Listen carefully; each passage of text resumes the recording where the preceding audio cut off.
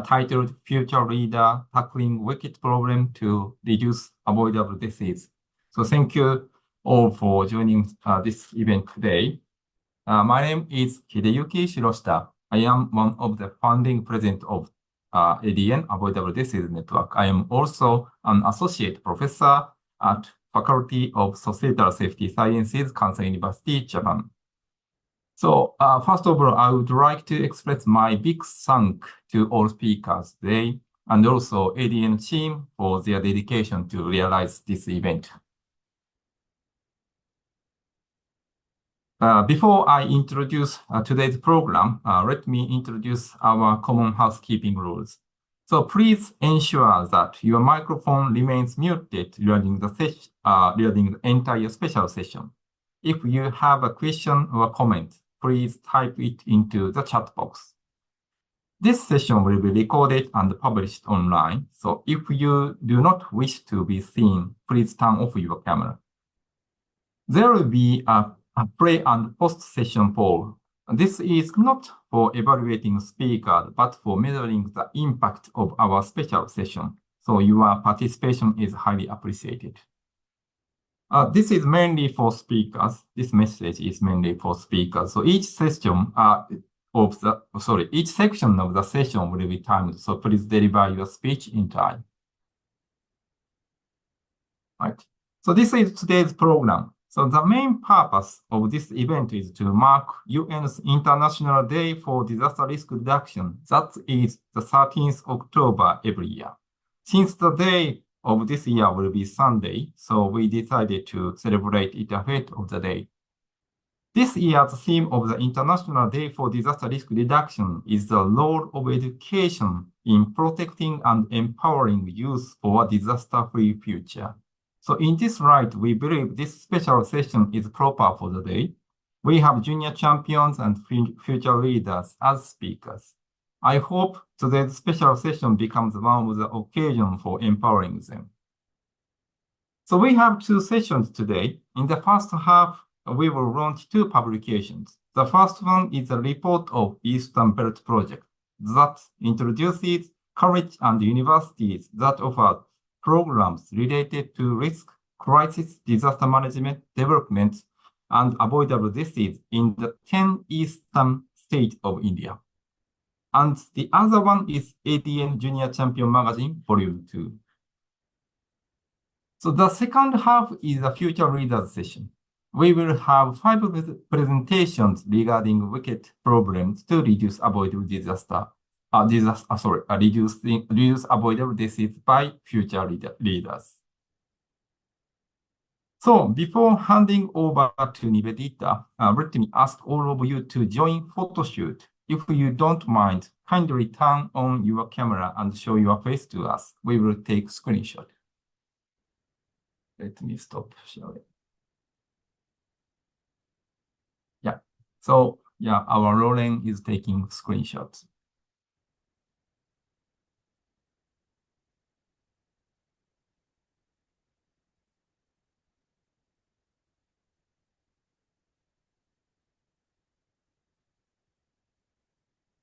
Just one more.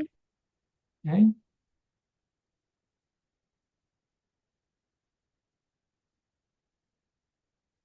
Okay, thank you very much. Yeah, thank you very much for all you join. Thank you. So, okay, over to you, Nivedita. Thank you, Hideyuki. There is a comment on the chat box from Riri that she can't hear you. Can you hear us now, Riri?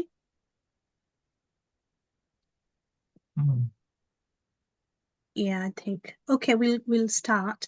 Thank you very much. So Hideyuki, if we could have my slide up, please. Okay.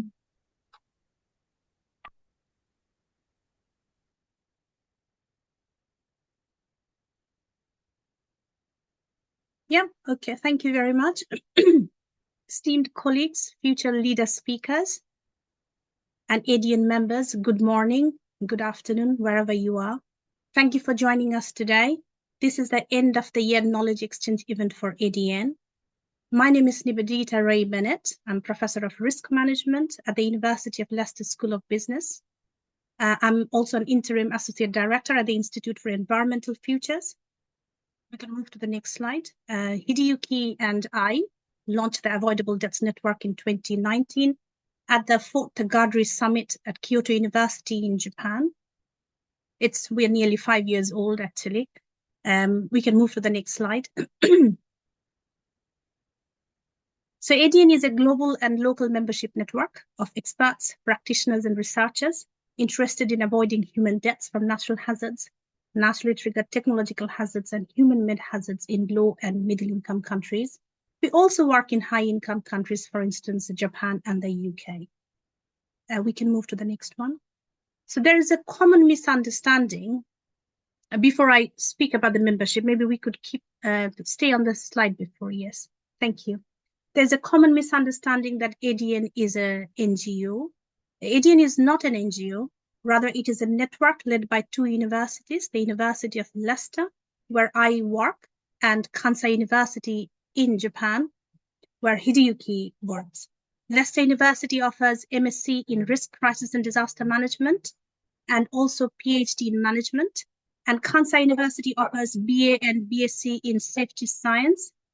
For more information about these programs, please visit our websites or feel free to email us. I'm sorry that my dog just started barking at the right time. Sorry about that. Yes, we can move. So if you're interested in any of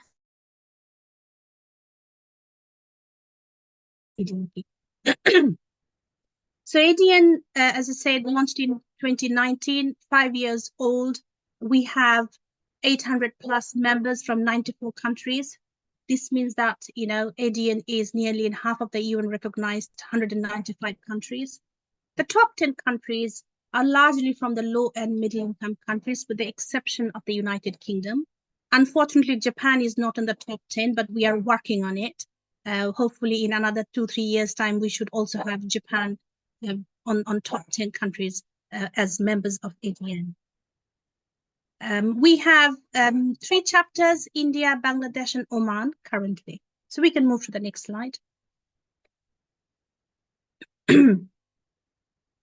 So ADN, basically, as I said, it's based in 2 universities in Japan and the UK. We are member of the United Nations Office for Coordination for Humanitarian Affairs, which is also known as UN OCHA, UN OCHA's Humanitarian Networks and Partnerships Group's Leading Edge program. We become a member this year, and next year we will be able to host quite a few events under this Leading Edge program in Geneva, in person or virtually, and we will call for abstracts towards the end of this year. And we have been a member of the United Nations Sendai Voluntary Platform since 2021. Every 6 months, we provide updates and reports. We have a dedicated web page for ADN. So if you want to see what we are doing you could visit our website, or also you could visit UNDRR's website. We can move to the next one. So why do we exist? We exist to help policymakers, researchers, practitioners, and at-risk communities to make better decisions to save lives and reduce injuries to achieve sustainable development. I have used the term avoidable deaths quite a few times, but we understand avoidable deaths as premature deaths that could be avoided through tailored preventable, amenable, and governance-related measures. There are 3 main reasons why we focus on avoidable deaths. First, reducing avoidable deaths is a matter of social justice, because the burden of these deaths is carried by the vulnerable sections of society. And justice can be redressed by drawing attention to these premature deaths so that the capacity of health emergency and disaster management systems can be developed, as well as context-specific interventions can be put in place to save lives. Secondly, we believe that 0 casualties is a reasonable target than 0 damage. And thirdly, avoidable deaths directly contributes to United Nations Sendai Framework's Target A and Target B, which are about reducing, disaster mortality and the number of people affected by disasters by 2030. And these 2 global targets of the Sendai Framework work at the interface with 4 Sustainable Development Goals. Number 3, which is good health and well-being. Number 11, sustainable cities and communities. Number 13, climate action. And the last goal is 17, which is partnerships for the goals. The second column, we genuinely believe that networking is very important for reducing avoidable deaths. We have different networks consisting of various types of individuals, and there is a saying that each one of us has more than 800 networks. And these multiple memberships of a network can bring new insights. We can mutually learn from the overlapping of this network. We believe that ADN is an arena where people can communicate and interact with others to get new insights and reduce avoidable deaths. So ADN is a network, and we build networks at local level. To implement ADN's philosophy, we are currently experimenting with 2 different types of networking models. That is my third column. One networking model is called a Knowledge Exchange Networking Model, also known as KEN. And the second is Knowledge Action Network, which is LEN. Knowledge Exchange Network is largely for technical experts, and the local level action network is largely for the high-risk groups or the last mile, the most vulnerable, who carry the burden of avoidable deaths. To substantially reduce the avoidable deaths, both Knowledge Exchange Network and local level action network are needed, and they are interconnected. So what do we do to achieve our philosophy and our objectives? So we undertake 7 different and yet interconnected activities. That is the last column you could see. First is a global campaign. So we launched a global campaign in 2023. It is an awareness-raising public engagement global campaign, and it is called International Awareness Day for Avoidable Deaths, and we launched in 2023 in collaboration with the city of Izumiotsu in Osaka in Japan. We celebrated it this year across 12 countries with 50+ activities. Second, we do research, and you could see some of our research themes. We focus on snake bite deaths, drowning deaths, tsunami deaths, maternal deaths. These are some of the leading causes of disaster deaths. We also organize knowledge exchange events, and today's event is one example. Under this knowledge exchange, we have symposiums, side events, outreach workshop. We conducted one outreach workshop last Saturday in our case station area with the local level action network community in Orissa in India. We also conduct capacity building activities for disaster responders, including our future leader and junior champions. And you would see today 2 junior champions who are going to launch the Junior Champion magazine shortly. And we also do publications. We can move to the next one.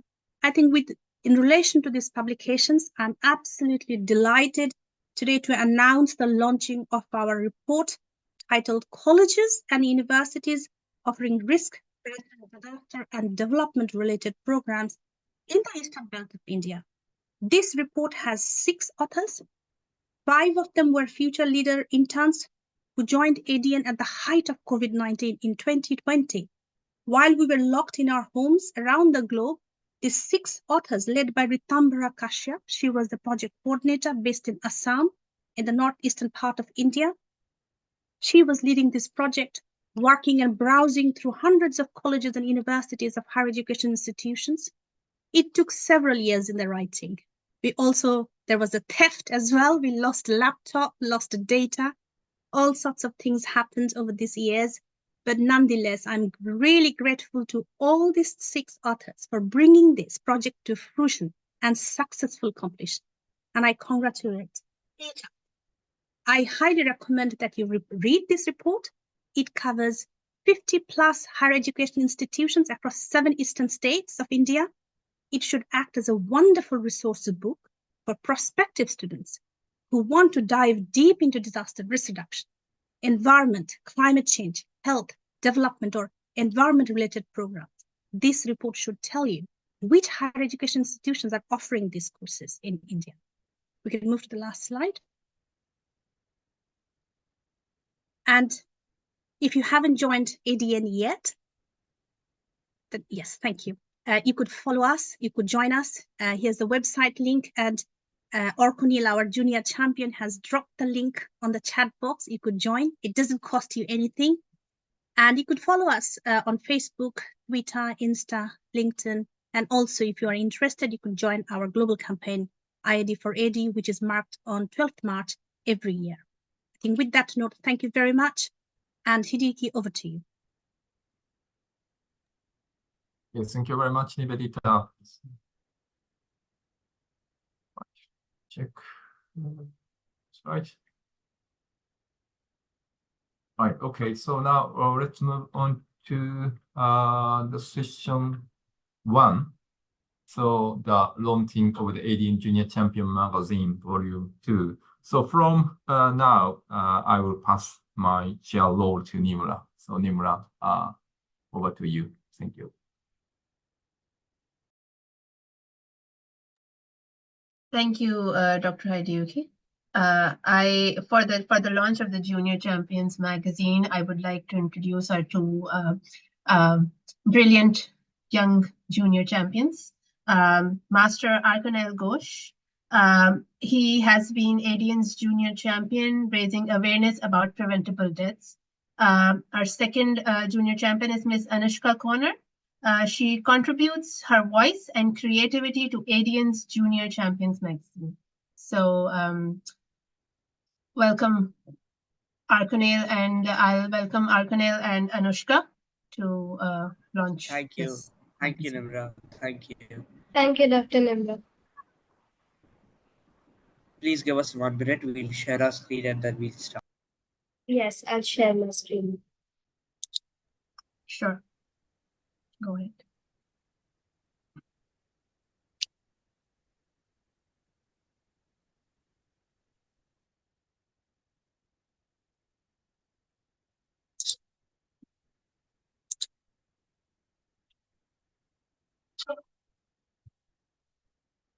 May we start? Yes. Yes. All right. So good afternoon, everyone. I am Orkunil Ghosh. It is a privilege to stand before you today as the founding editor of this remarkable magazine. This journey has been one of collaboration, passion, and unwavering commitment to giving a voice to young individuals who whose to who natural disasters who have been impacted by natural disasters. From our outset, our mission was to create more than just a magazine. We sought to build a platform where the perspectives of children and young people could be amplified, their stories serving as catalysts for a transformative approach to disaster risk reduction. Our first issue, which was released in 2023, included first hand experience of children who were victims of floods during the season of monsoon in India. The children shared stories of fear, loss, and resilience, highlighting the challenges and the lessons learned. Many children endured hardships, and their stories gave them a voice. Through their perspective, we saw new challenges they faced, often unheard. This issue gave them this issue aimed to give them a platform to share their important, impactful ideas. And I was thrilled to launch the first issue at Kalahandi University in the district of Kalahandi in Orissa in India. It was months of hard work, but seeing it come to life was incredibly rewarding. This edition, this particular edition, issue 2, holds a special significance. It features stories from children across Bangladesh, showcasing their resilience, creativity, and unshakable hope for a better future. These narratives are powerful reminders of the strength of the human spirit, especially when faced with adversity. As Orkonil emphasized, this magazine is more than just a collection of stories. It is a call for action. Children and young people are not merely victims of disasters. They are leaders, innovators, and advocates for change. Their experiences teach us invaluable lessons on how to better prepare for, respond to, and recover from natural disasters. The significance of this launch is further highlighted by its timing just ahead of the International Disaster Risk Reduction Day 2024. This underscores our shared commitment to placing disaster risk reduction at the forefront of global conversations. We are privileged to collaborate with a diverse group of individuals who have generously shared their experiences and insights. Every story, piece of art, and article in this magazine has been thoughtfully crafted not just to inform, but to inspire and drive meaningful action. As we unveil this new edition, We are filled with pride and gratitude. We take immense pride for the collaborative efforts that have brought this publication to life, and we are deeply thankful to our readers, editorial board members, translators, contributors, and everyone who believed in our vision. We hope that this journal will continue to inspire and drive meaningful change. We invite each of you to join us in spreading the word, sharing these powerful stories, and advocating for a more resilient and prepared world. I'm also excited to share that our next edition, which is featuring the voices of children from Malawi, will be launched in March 2025. I would also like to take this moment to express heartfelt gratitude to all the authors who have given their contributions. We also extend our thanks to the Japan team, Ms. Yuna Hanafsa and Ms. Hana Hiroshika, for their meticulous work in formatting the magazine. Mr. Fuhimul Islam and Ms. Sadia Negaban for their invaluable support, and to the ADN's presidents, Professor Dr. Nivedita Ray Bennett and Dr. Hideyuki Shiroshita, for their guidance and leadership. Thank you all for being here today and for your continued support. We look forward to hearing your thoughts on this edition and to continue this journey together as we work towards a safer future. We would like to end our presentation by sharing a video sent to us by our authors, sharing some kind words about this magazine. Please give us 1 minute.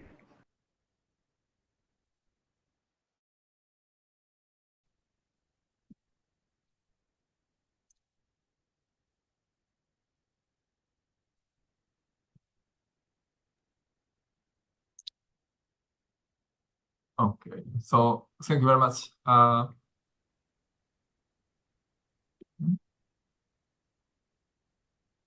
Okay, please. Oh, sorry. I am Soda Aisha Ahmed. I have completed SSC from Manipur High School and College. I have written an essay about what my family faced during Cyclone Rimal for Junior Champion magazine by Avoidable Dates Network. About 20 days ago, my family and I faced a big disaster. It was May 26, 2024. In the morning, the sky was clear, but by noon, it turned cloudy. After 6 p.m., the situation got worse. It started to rain heavily and the wind was strong. We were very worried all night because the cyclone was getting stronger. We were watching TV to learn about Cyclone Rimal. My mom was very worried. The following day, May 27, I could not attend school because of the rain. Our TV broke because of the cyclone. The house next to us was destroyed. They lost everything in the storm. There was water everywhere. In our village, the water was knee deep. It was hard to move around. There was a traffic jam on the road. We only had tried food at home. Dad went to the market to buy vegetables but could not find any. There was no market because of the rain and water. 2 days after the rain stopped, I went to school and saw many absent students. Many people took shelter in the cyclone centers. The water was very salty. It was not safe to drink. Many people in our village got sick from drinking this water. They had diarrhea, cholera, and other waterborne diseases. If we face another disaster, I want to take some steps. First, we must plan ahead to understand the situation to coastal area. Second, we need to be aware of the support process and, if needed, encourage contact with the local government and volunteer organizations. Third, we need to be aware of predicted diseases so that necessary medical services are available in different areas. I will request the local government to protect the animals in our village. If the local government contact us, I will suggest various steps to protect us from floods and cyclones. I will ask for high embankments in coastal areas. I will ask for more cyclone centers. I will suggest improving the weather department and providing information on what to do before and after disasters on the radio and TV. I will ask for tanks to provide safe drinking water. I will ask for arrangements to remove water from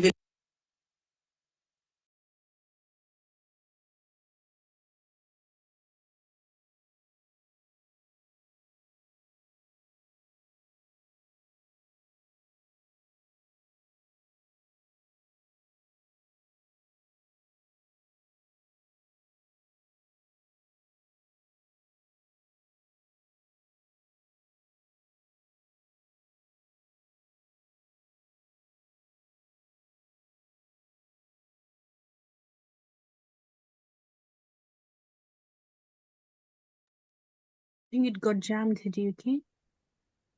Got jammed.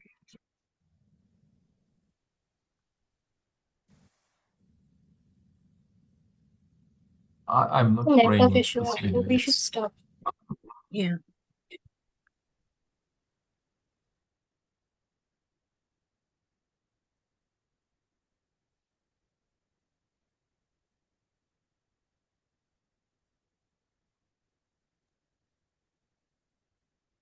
Anushka?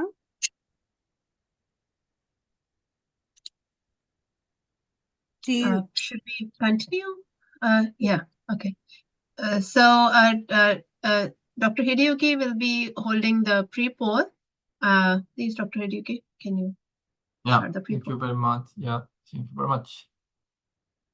So yes, during each special session, we always ask the participant to participate to polls. So as I mentioned, this is not for evaluating the speakers at all, but for measuring the impact of special sessions.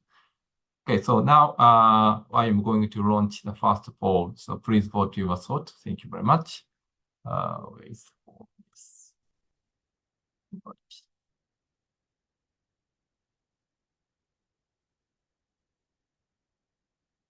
Sorry. This is post. Sorry. Yeah, this is the right one. Sorry.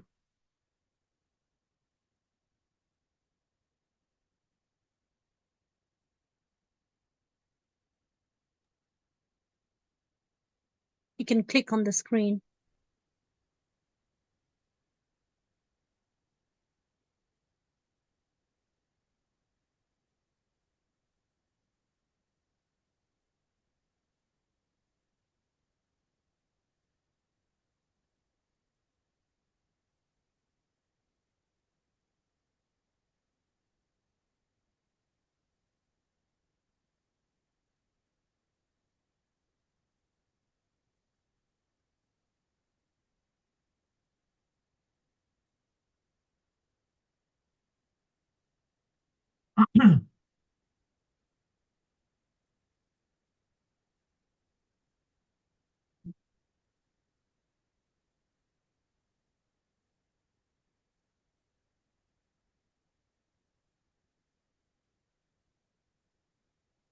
So 56% participated.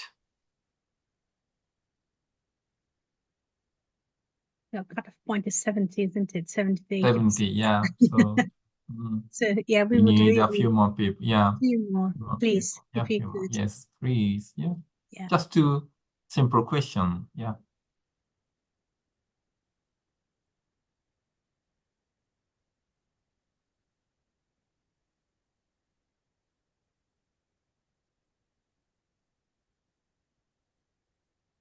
%. Yes, thank you very much. Oh, 68%. Yeah, one more person.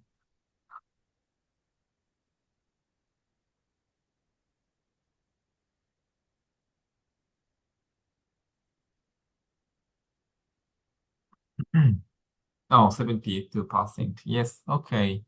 Yeah, thank you very much. So I think now time to close polls. Yeah. All right. Okay. Can you see the result? Yeah. So this is the result of the first press session. After this, special session, we will upload, the result onto our ADN website. So not only press session poll, but also, the post session poll as well. Yeah, thank you very much. Yeah, over to you, Thank you. Nimura. Thank you. Thank you, Dr. Hideyuki. First of all, thank you. Well done, Arkunil and Anushka, for your amazing work. We all at ADN are proud of you, super proud of you. So Thank you. now I'll be introducing our first speaker, Dr. Masumi. She will be talking about displacement, human insecurity, and losses in India. Just a few words of introduction. Dr. Masumi is a postdoctoral researcher focusing on communities in Assam, India, impacted by long-term displacement caused by disasters and poverty. So, and for the next 10 minutes, the floor is yours, Dr. Masumi. Hi, thank you. Do we have the slides on? Who's Kelly? Yeah, just. Yes. It's me. Oh, Lauren. Okay.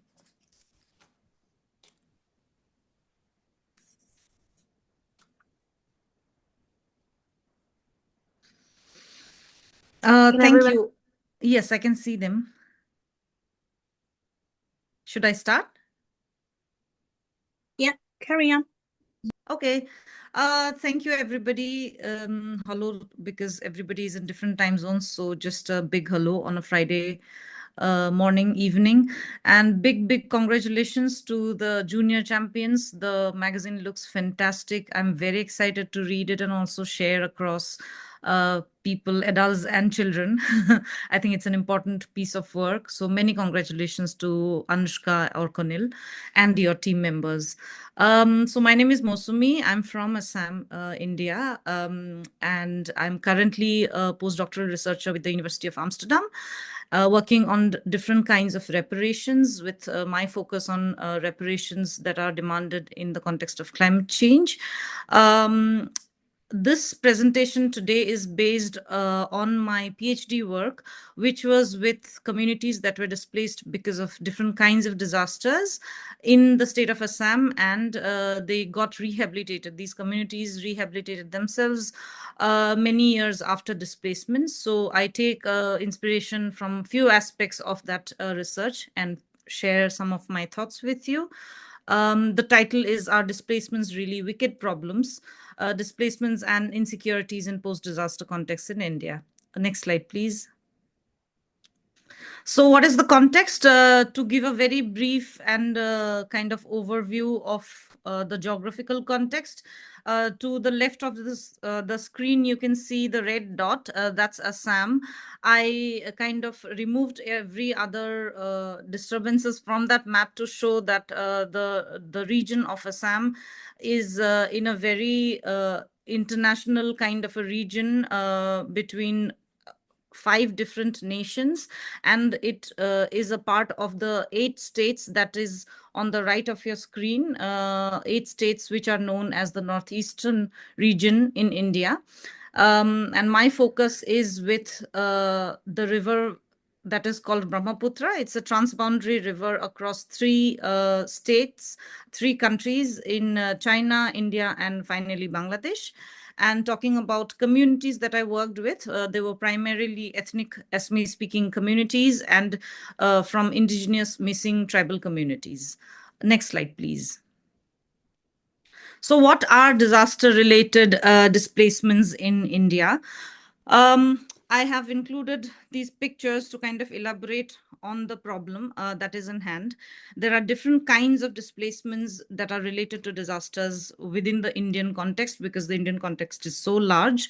Different states have different kinds of displacement due to different kinds of disasters.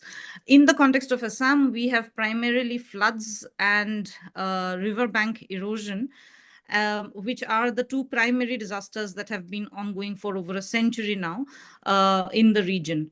So the small picture in the screen on the corner is what you see is called riverbank erosion, the hazard of riverbank erosion, which is literally the cutting of the banks of the river for various reasons. And in Assam, there are multiple communities in rural parts of Assam that live around these riverbanks. So they do get affected by these kind of disasters. And the bigger picture here is from my research, where this is one of the research participants. His name is Roktim Phukon. He had taken me to show his first home. And when I had asked him, standing in the bank of the river, this is the Brahmaputra River, as in, where is your home? He showed me to the middle of the river.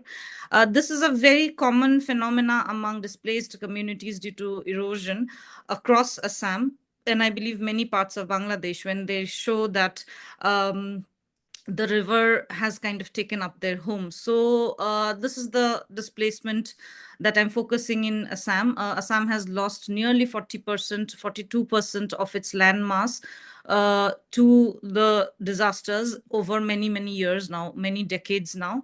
And in terms of the Indian larger context, India is one of the top 3 countries globally to experience internal displacement that are related to different kind of disasters almost every year, and it stays in the top 3 within the Asian continent.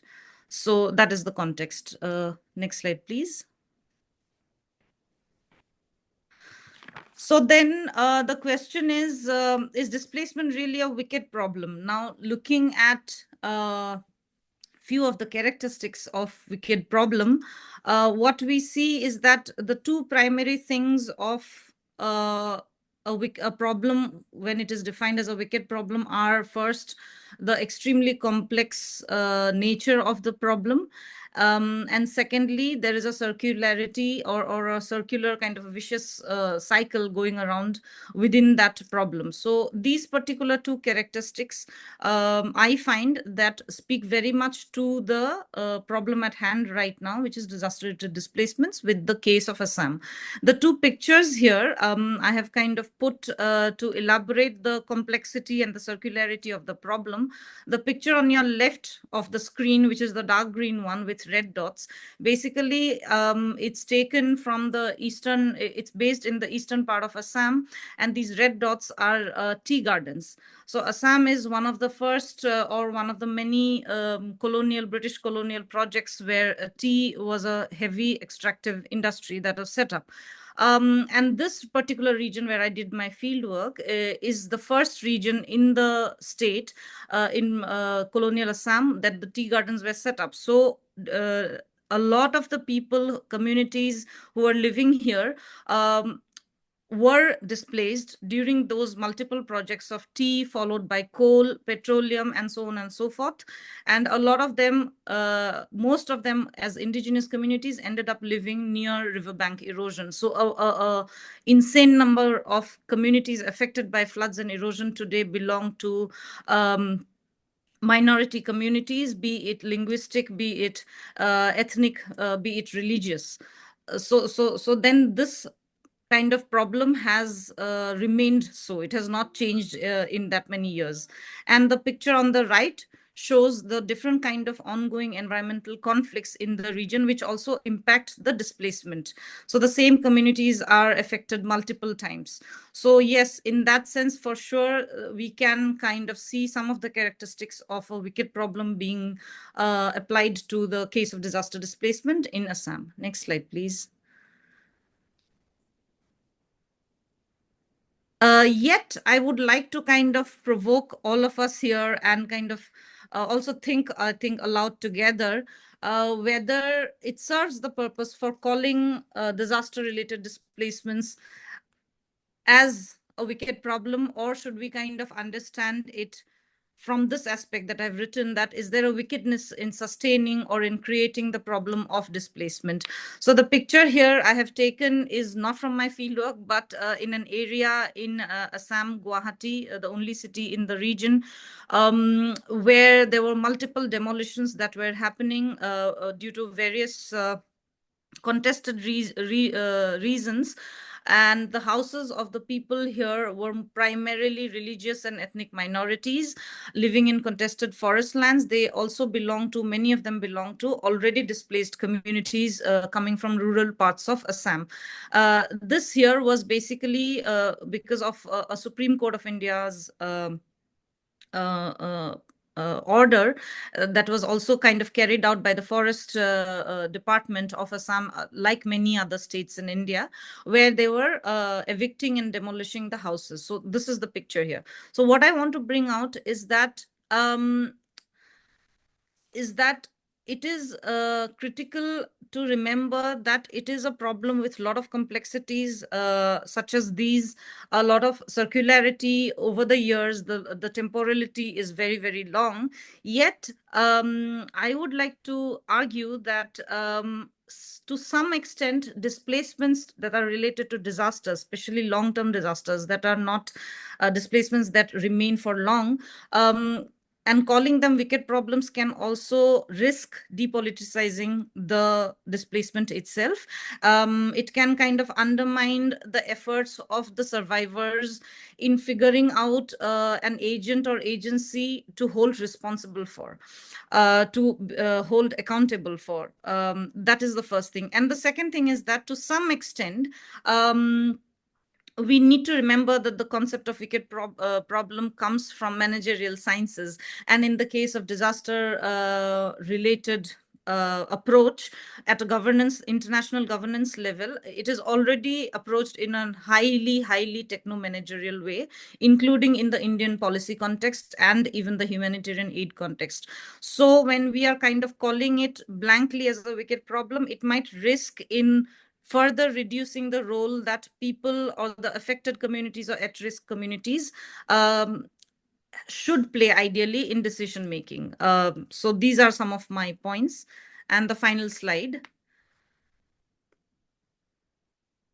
Next slide, please. So one of the questions I received from the organizing committee was among the various questions was, how do we implement collaborative solutions to a wicked problem? So I would say that that within the context of Assam's disaster displacement, what I observed in the last over a decade of working with different communities is that it is not very black and white. The communities are heterogeneous. There are different kinds of communities who kind of function in various individual and sometimes collective ways.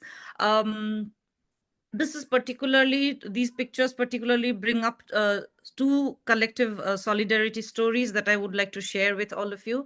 The first one is that a lot of these people who get displaced and have not been supported by the Indian state or by different humanitarian agencies, or for some reason have fallen into the cracks of being noticed, of being visible as displaced people, have taken matters into their own hands and then collected through collective action, have kind of claimed different kinds of land and made their homes over the last 3 decades. And it's not an anomaly in the context of Assam.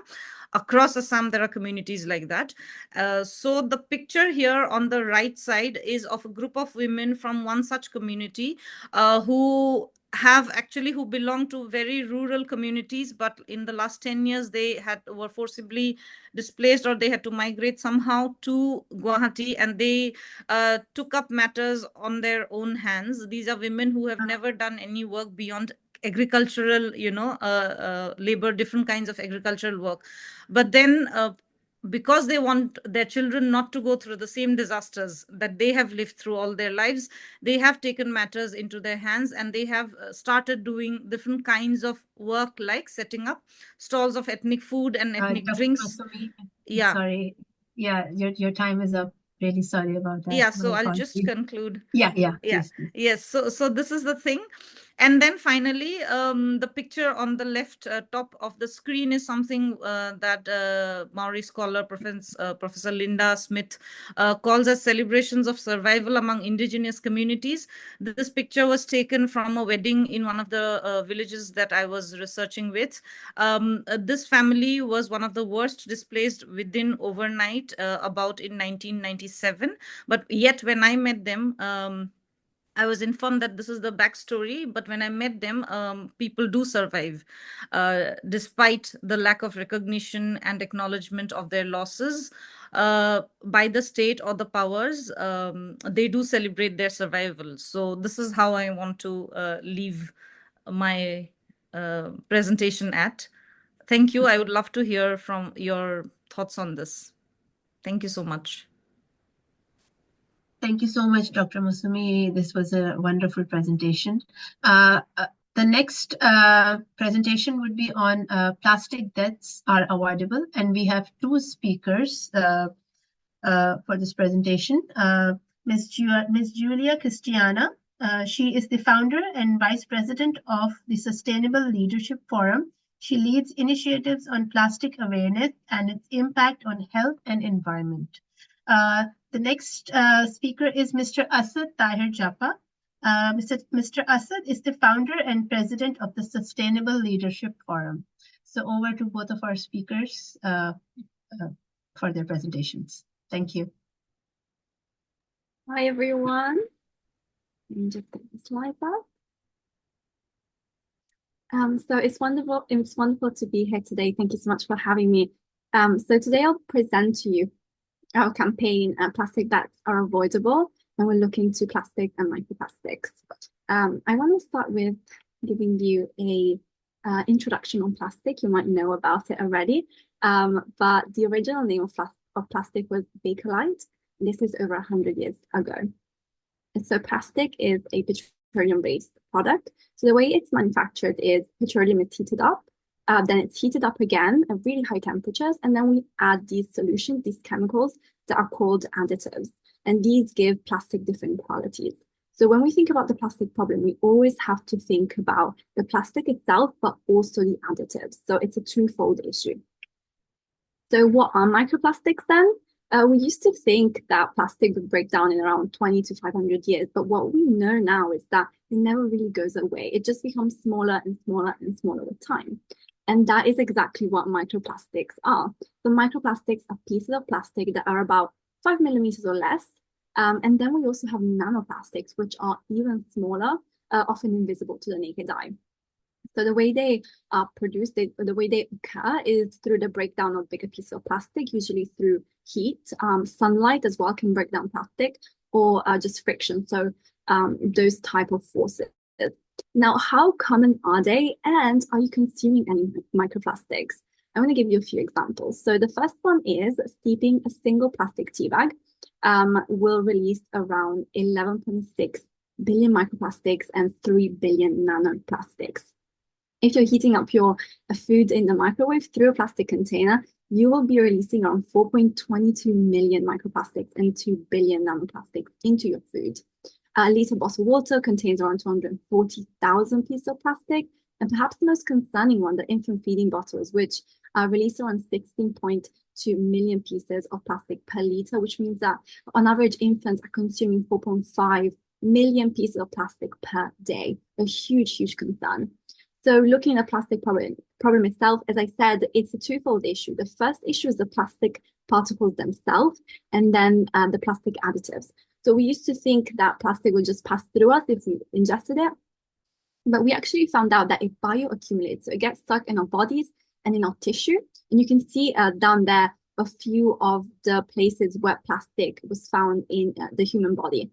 And then we also have nanoplastics. So they actually penetrate the cell membrane and are causing all sorts of issues, inflammation, and so on. And then the plastic additives themselves. So they are toxic. So the issue here is that they're endocrine disruptors.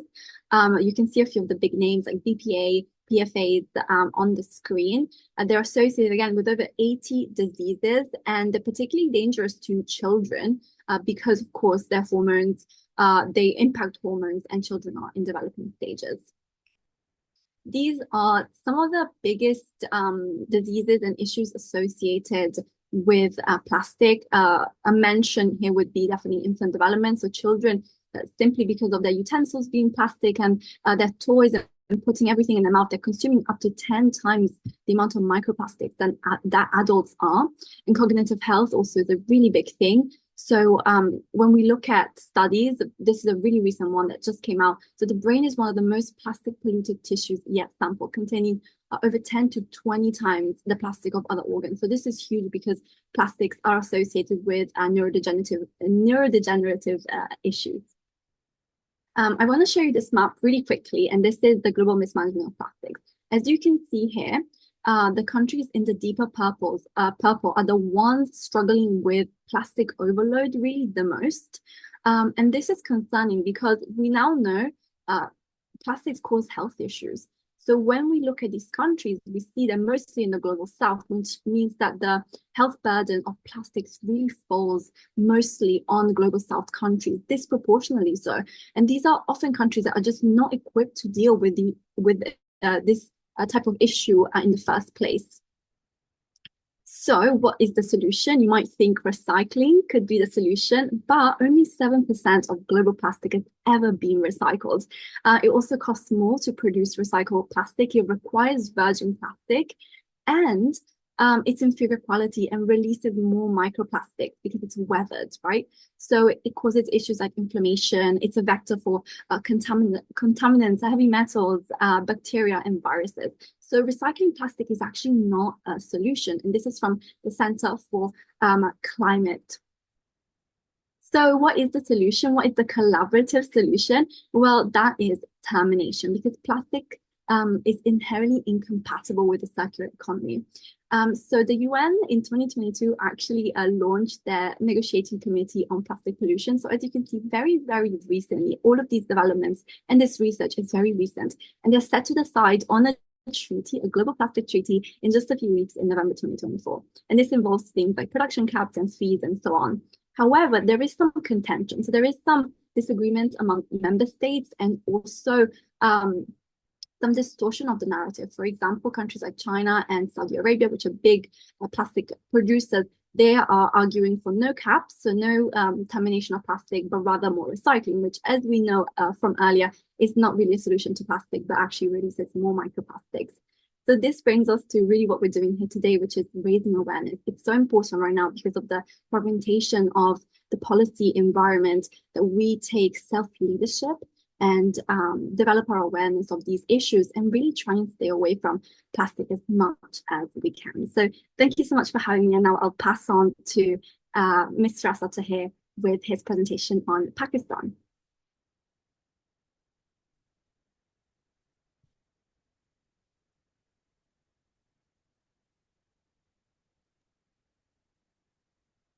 Thank you, Dr. Nivedita and the ADN Forum for having me this morning on a very important health hazard now developing out of this microplastics. And just to avoid repetition and also giving more time and space to Julia, who really worked very hard on the theoretical side and also the research side of the topic, I would just jump over to Pakistan and also bring up some perspectives as to how the same campaign with ADN could be taken to Pakistan. And since we are just launching ADN in Pakistan this year, we already launched the Pakistan chapter, and I'm already in engagement with some of the stakeholders, which I've already spoken to on this campaign as well.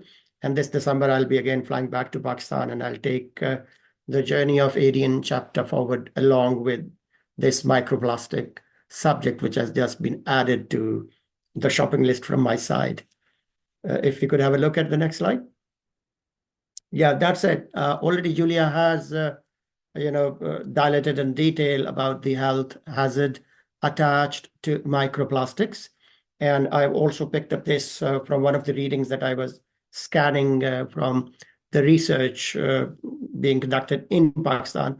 And what is reassuring to know that there is a lot of research already being conducted around plastics and microplastics, and also their health hazards. I've seen studies which are also exploring and investigating the aquatic side of as to how plastics go into marine and submarine life, and then the fish and other marines also have the taste of the plastics, and then we humans eat the same fish and we consume plastics in that process. But the bulk of the plastics in a country like Pakistan from the global south goes into us human body through food, through packaging.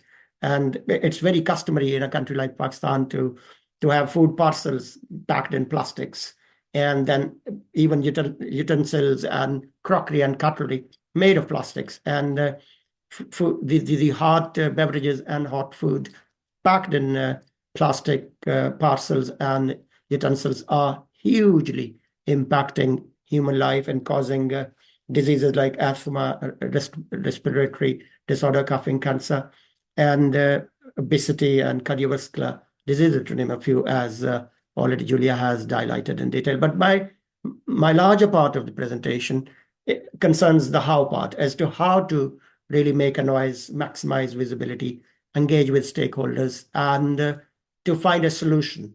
And the next slide explains that all. If you could go over to the next slide. Yeah. That's on the left side, I have proposed a plan. We'll be through the local academia and researchers, and of course the partner universities who are being engaged for AD in Pakistan. I would like to just build a small little preliminary research about the magnitude of this wicked problem within the context of Pakistan, and encompassing all sectors from aquatic to coastal pollution to other sides of microplastics.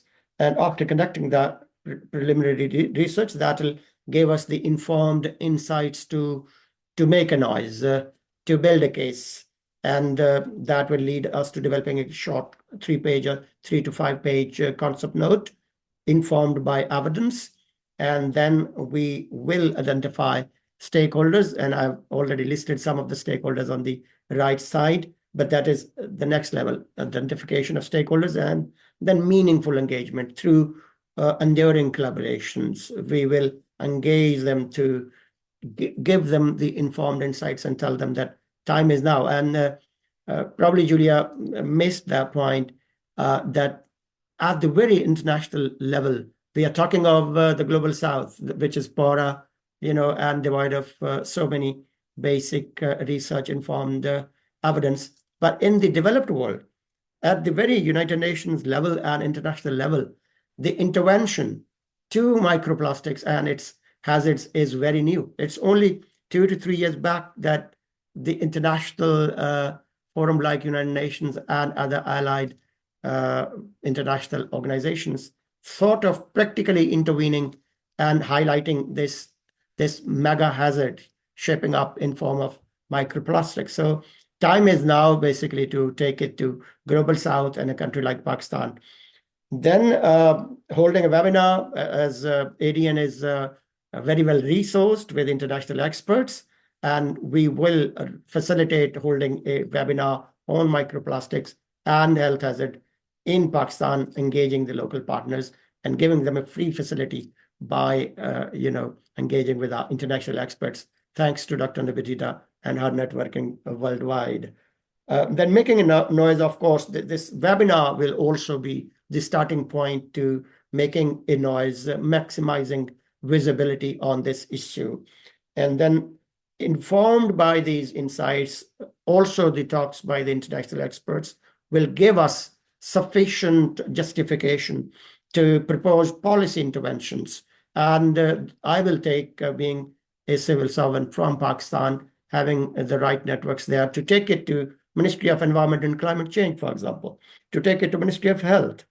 And then university and academia, universities are going to be our partner on AD in Pakistan. We will engage academia, hold those webinars on campuses, engage young people. And since Sustainable Leadership Forum has an overarching ambition and the vision to engage youth on campus and beyond, so young leaders, youth leaders are the future who are going to shape a safer, greener, and cleaner planet. So we will engage them on campus. We'll engage with NGOs and INGOs working in Pakistan, and particularly those who are working around plastic pollution and microplastic pollution.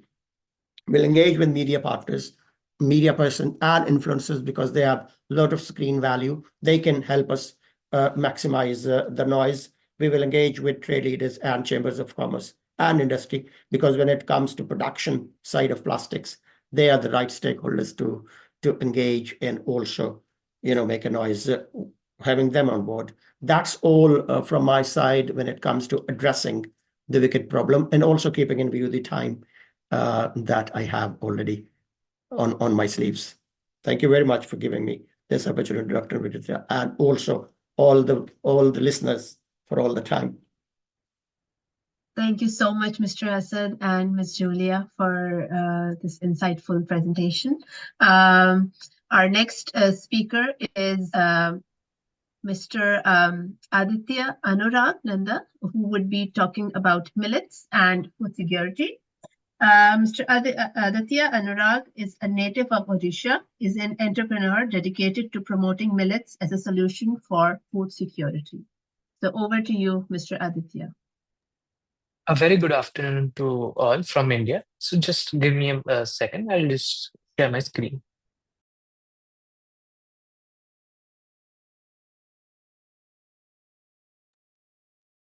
Doran, are you sharing Aditya's slide? No, Aditya will share. Okay. That's fine. Yeah, I'm just sharing my slide. So my topic is manufacturing hunger and malnutrition.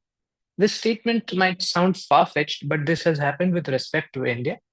And it could have been countered with the use of millets. And we'll discuss throughout the presentation of how this could have been countered. So primarily, millets have a big history with India, and it starts from 3300 BC. So millets were one of the first original crops to be cultivated throughout the world, and they are a treasure trove of various vitamins and nutrition. They also constituted nearly 20% of India's diet and were a main source of vitamin for India. So these millets were a very important part of the Indian diet. However, nearly during the 1960s to 70s area, there was a food crisis with respect to India. And in order to counter this, the legislative implemented certain policies. This policy would be known as the Green Revolution. Green Revolution was the need during that time. However, there was a huge problem in this entire discourse. Millets were completely negated. While millet accounted for nearly 20% of our diets, in the marginal communities, they were a major portion of our diet and had obviously provided them with a lot of vitamins and nutrition, which was absent in the main crops of the Green Revolution. The Green Revolution promoted mainly rice and wheat. Rice and wheat are a staple food across the Indian subcontinent and are rich in carbohydrates, but they do not contain the vitamins and minerals that millets possess, and at times have also require a lot of water, fertilizers, and pesticides in order to grow. The entire impact rice and wheat that has on the Indian land it cannot be calculated, because it has deteriorated a lot of our lands and has converted them into infertile lands wherein we cannot farm a lot anymore. However, with the growing trend, millets are also returning back and are being popularized. Millets are currently being consumed by the well-off Indians, and the dietitians and nutritionists are also recommending millets to be a part of our diet. So nutrition is an important aspect in everybody's livelihood. A proper nutritional intake has often led to proper development in the physical and mental physical growth of a human being. The entire aspect of nutrition is invisible, but has a very important stake in a person's life. The post-Green Revolution, certain marginal communities, such as the tribal communities, were unable to achieve this nutrition, and as a result of this, there was a lack of proper development in them. In the words of Professor Amartya Sen, food security was available after the Green Revolution. However, I would like to point something out, that the food entitlement was lost. Food entitlement is a very different concept from that of food security. Food entitlement is the availability of nutrition to each and every individual. However, with the current trends, we are hopeful that the nutrition might return back. So an important aspect again of millets is that they are primarily cultivated by the tribals or the marginal communities of India. These communities were earlier able to fulfill the requirement of nutrition through millets. However, currently the use of the push of rice and wheat has impaired their nutritional intake and has also led to various deficiencies and problems in their well-being. So when calculating the various impact rice and wheat has on the tribal communities, it is important to point out that millets, which were one of the most important sources of food and was an art for them, has vanished from their lives, and various tribal communities have forgot the practice of cooking millets. This has been a serious or detrimental impact on their lives, as food security or food entitlement at the very household level is being absent, and they are completely dependent upon the public distribution system, which provides them with rice and wheat. So it's while like if you can see the presentation, millets are rich in various nutrients such as vitamin B, calcium, iron, potassium, magnesium, and zinc. Iron is also one of the anemia is caused due to the deficiency of iron, and it is found in majority of the Indian population. This can again be correlated to that of the vanishing of millets from our very diet. Again, millets are extremely low in gluten and are very low in the glycemic index. And as such, the doctors promote millets to be eaten by diabetic, high blood pressure patients and people with various chronic diseases. They can also be adopted by Weight Watchers and wheat intolerant individuals. While all of these aspects are very important, millets have provided us with something which aligns with our current sustainable development goals and is climate resilient in nature. Millets particularly can be grown in arid and semi-arid regions with very less amounts of water.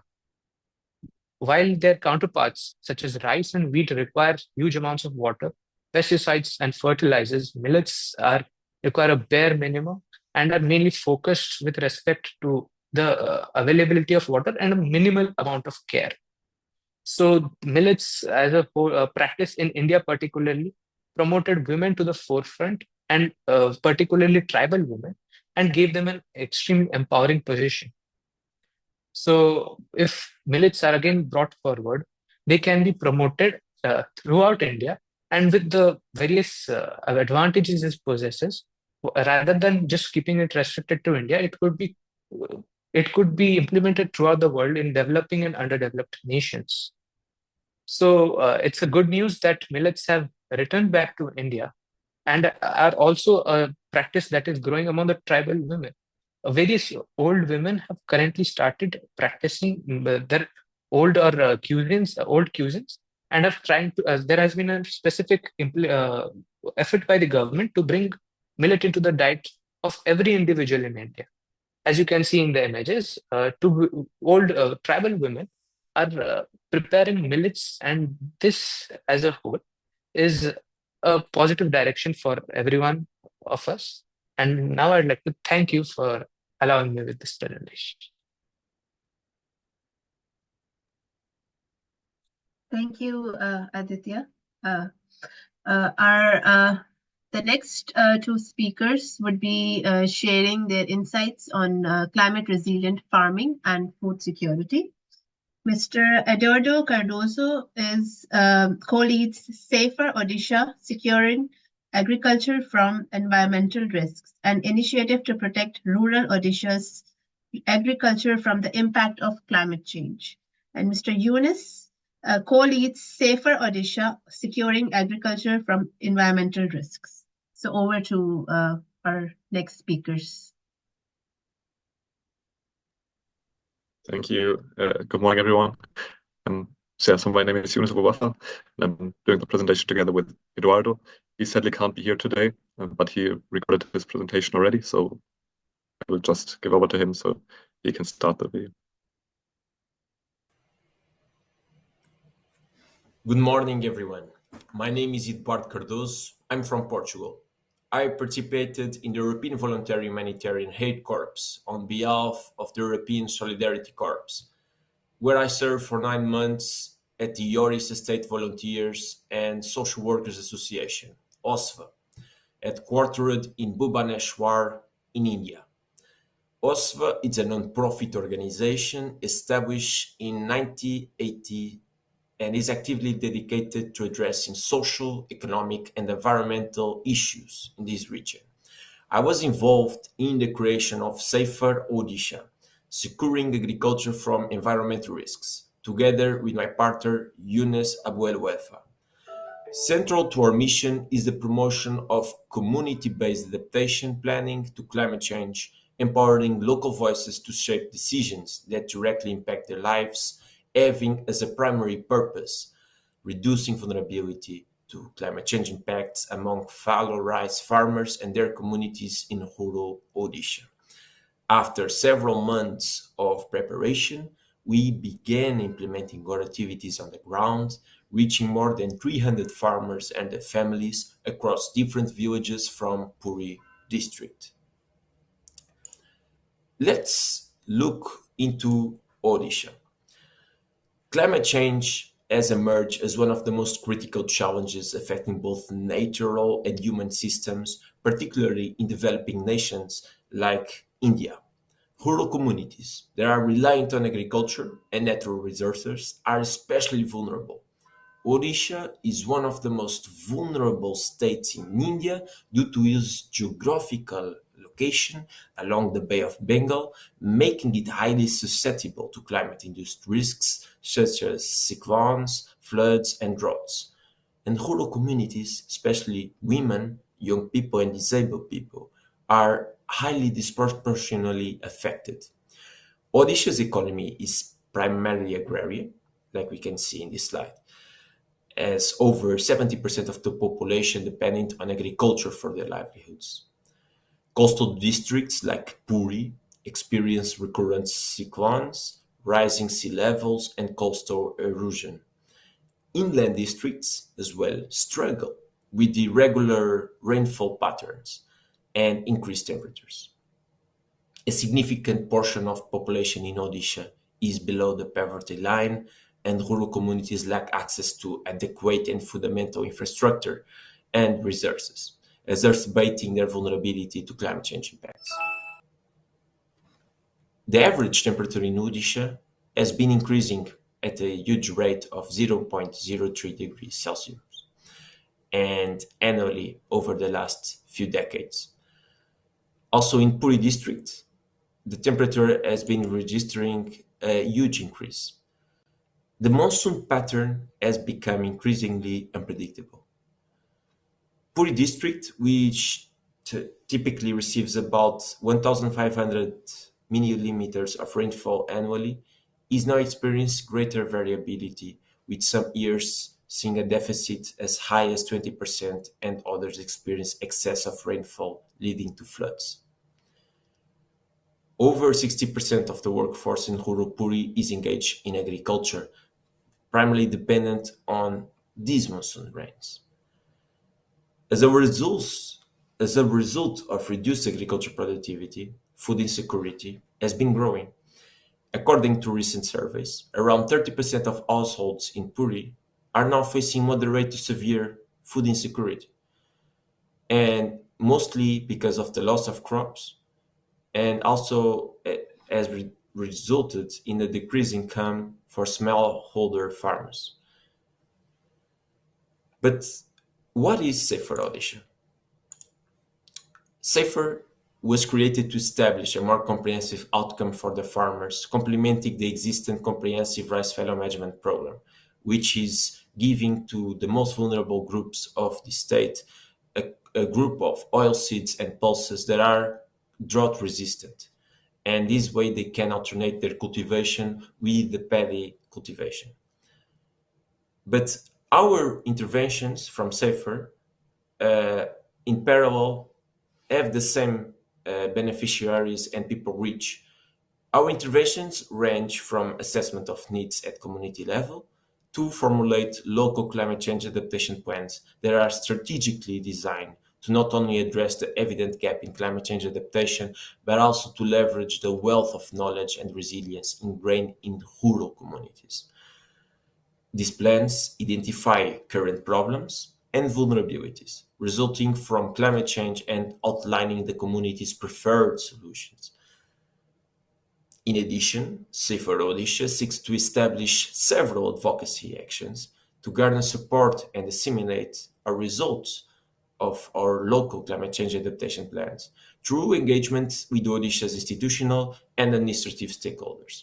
It aims to reduce external dependencies, fostering local participation, empowering communities, and ensuring sustainability through community ownership and strong connections with decision makers. And now I pass to Eunice.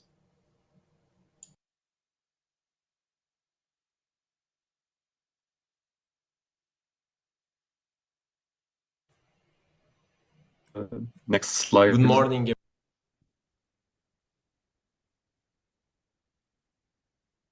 Yeah, two more, I think.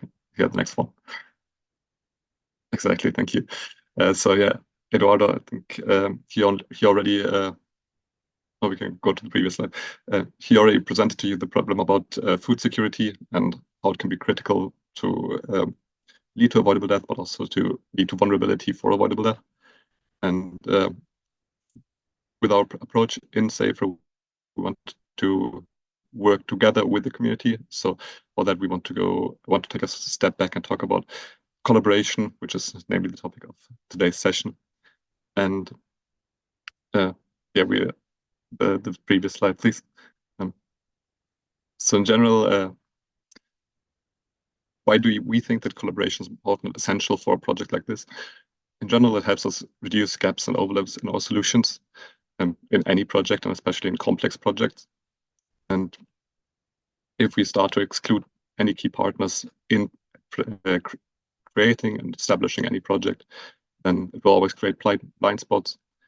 And also, the local context is critical to avoid addressing the wrong problem. And to really find out the local context, we need to work together with the communities, with authorities, and also with other organizations.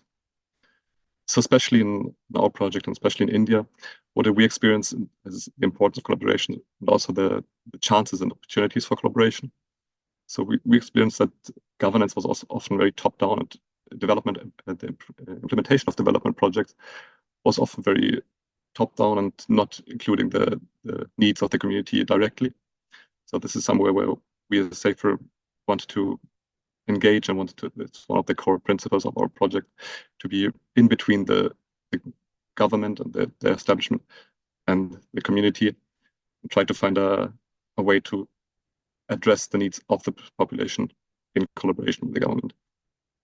And especially a problem like food security is a very complex problem. There's a lot of interchanging parts. And to address this, we have to engage with experts from many different fields and many different and also with the local population, of course, because they always know the problems best. If we don't collaborate with all the parts of the community, we also risk that inequality leads to people not having a voice in the establishment of the project, and then needs not being met that actually are there. So we have to make sure that the collaboration always includes everybody in the community. And of course, in a project like Safer, that is also participating, that we as international volunteers who are participating in, we also have to respect local culture, traditions, and get a feeling about how are the processes in India, so that we can only rely on many different local acts to give us this picture. If you can go to the next slide. How do we implement collaboration in Safer then? So at the heart was the inclusion of the communities in any decision-making process. So everything about the project development, but also especially in the implementation part, we want the community to guide the decision-making and to implement anything that the community sees as their biggest needs. By that, to achieve that, we try to engage local staffs, local volunteers, and the authorities to gain insight into the local processes and then have an effective outcome, but also ensure that the project that we are actually working on is long-term sustainable and will be useful to the community to reduce vulnerability, to reduce avoidable death.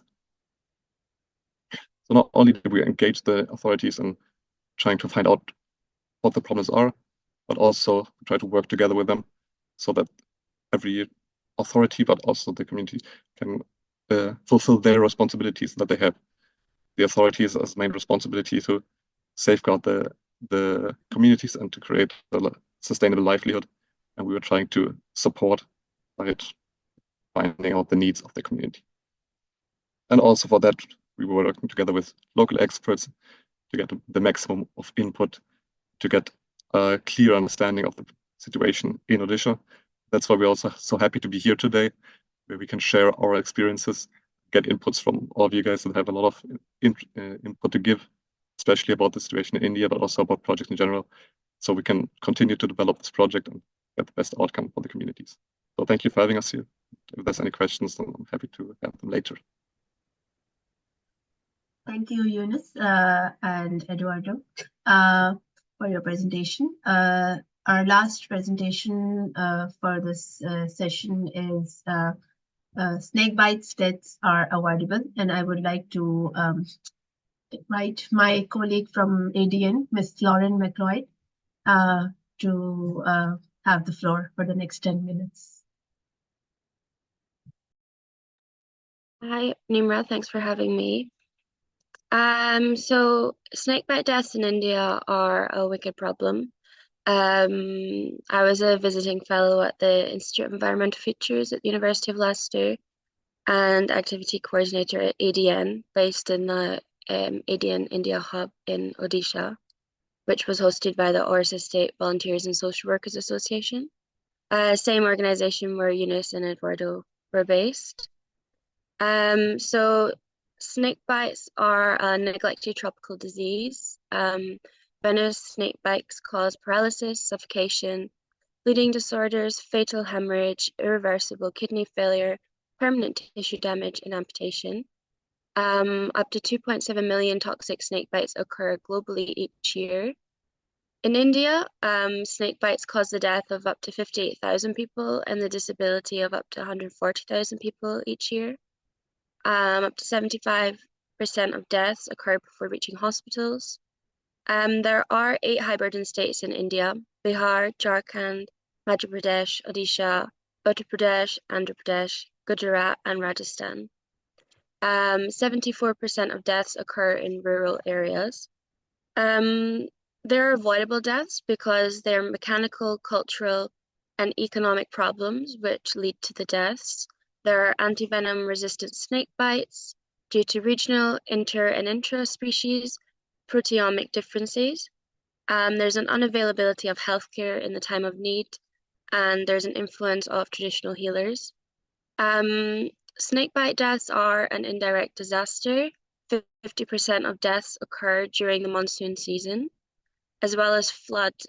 Floods increase the likelihood of snake-to-human encounters and the risk of snake bites, as the snakes are pushed out of their holes in the ground and they come looking for dry and safe places where the humans are.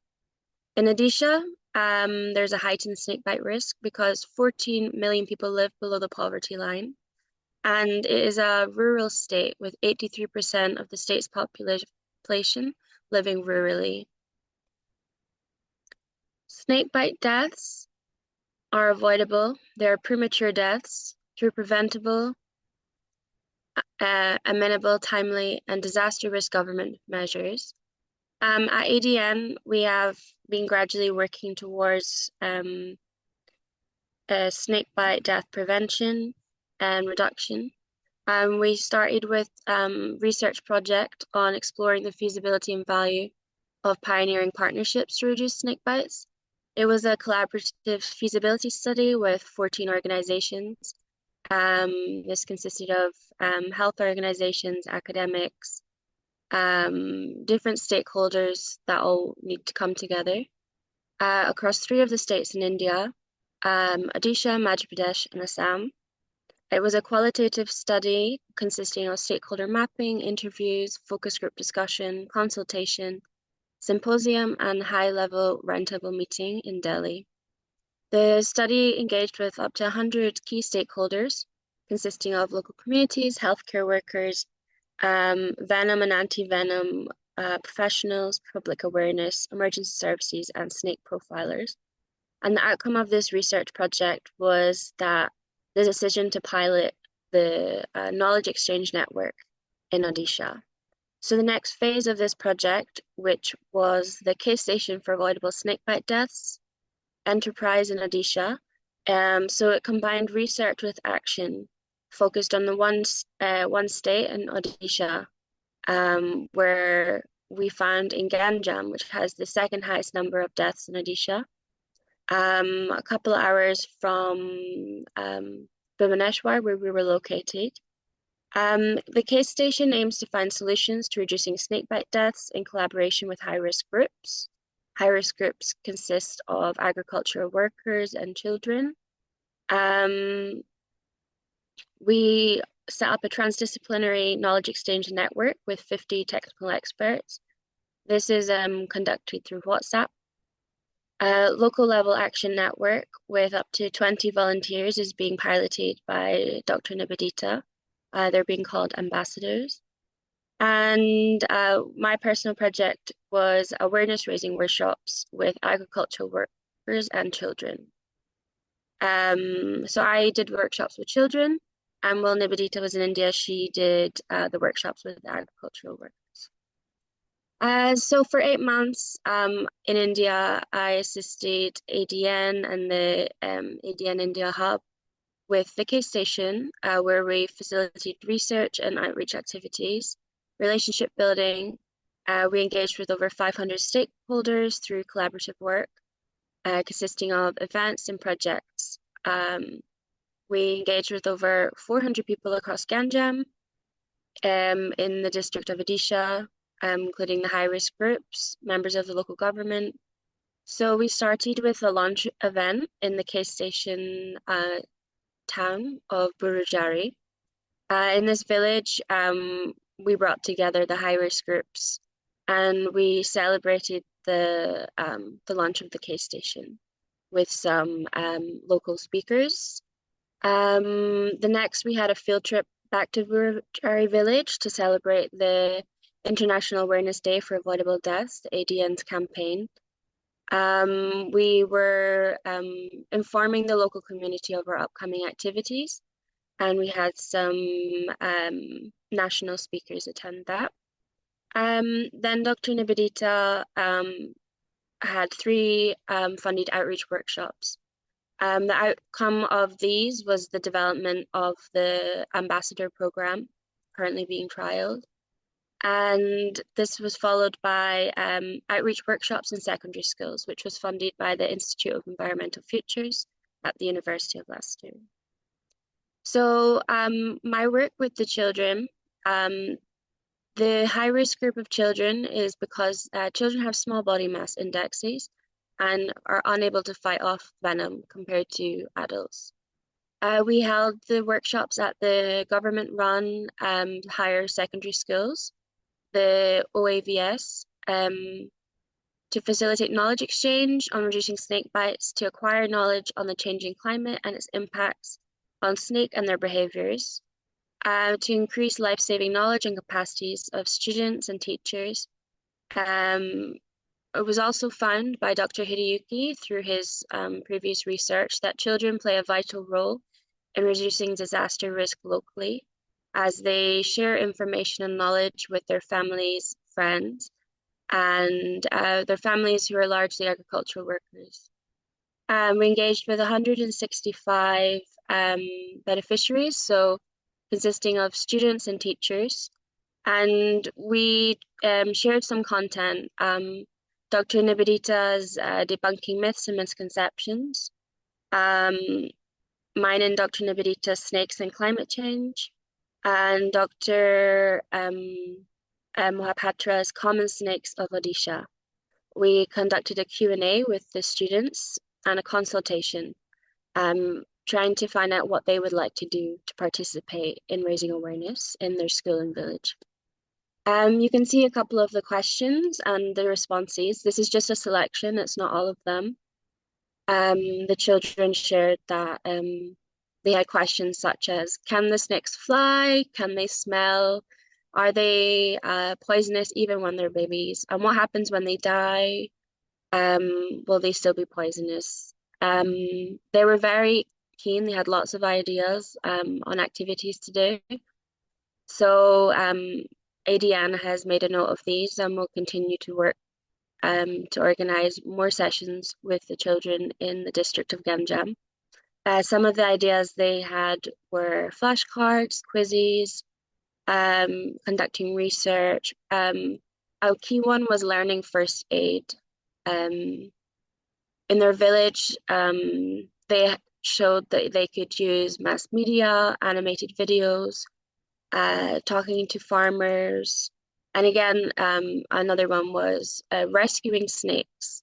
So they showed that they understood that snakes should also be protected, as well as how to prevent against the death of snake bites. Following these sessions, ADN has continued to work to forge local collaborations. We met with local universities and NGO, BGVS, to continue further work. Since then, ADN has conducted another workshop with the participants of the ambassador program, I believe, which Dr. Nivedita can share at a later date. I just want to say thank you to the support I got from the University of Leicester, Kansai University, OSFA, Dr. Amarendra, ICMR, and Dr. Stephen at OFREX. Thank you. Thank you, Lauren, and thanks to all of the speakers for their presentations. We would, due to time constraints, we would be skipping the Q&A, and we will be accepting your questions through email. And Kelly will post the email address in the chat box. And Nimra, the answers, yeah. sorry to interrupt, not through email. So if you have any questions, please drop it in the chat box. We are running over time, and all the answers will be responded, and then we'll post it on the website. Yeah, please drop it here if you have any question for any speaker. Sorry about that. We are running a little bit late. Over to you, Nimra. Thank you. Okay. And I'll hand it over to Dr. Hideyuki for post-poll and concluding remarks. Thanks from my side.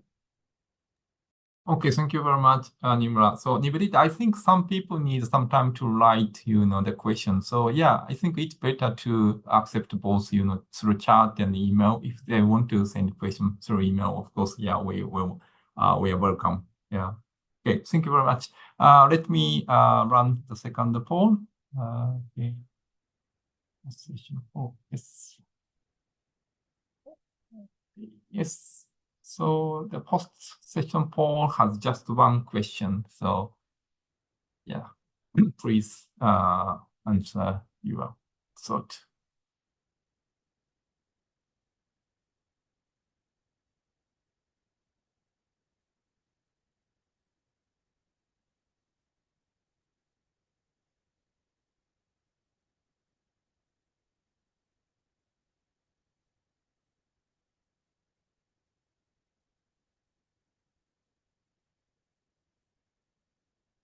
Oh, only 73%. Yeah.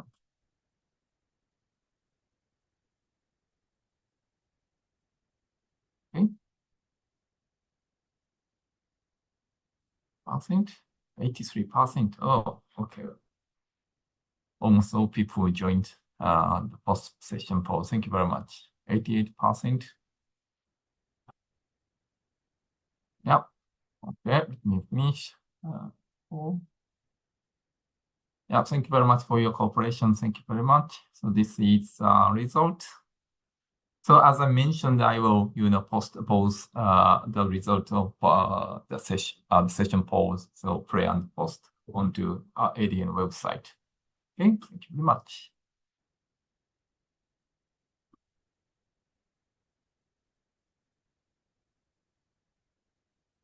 Right. So yeah.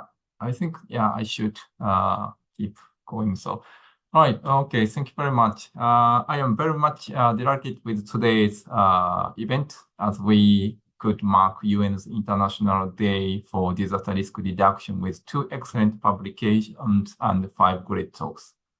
So Istanbul project report is directly related to this year's theme, that is education. And as for Junior Champion magazine, we can say this is for fostering youth, that is also related to the theme of UN's International Day.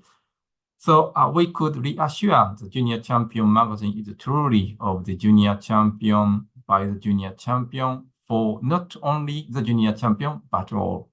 I hope many will read these publications, and if you have any comments, kindly send us. Your message must encourage Junior Champions.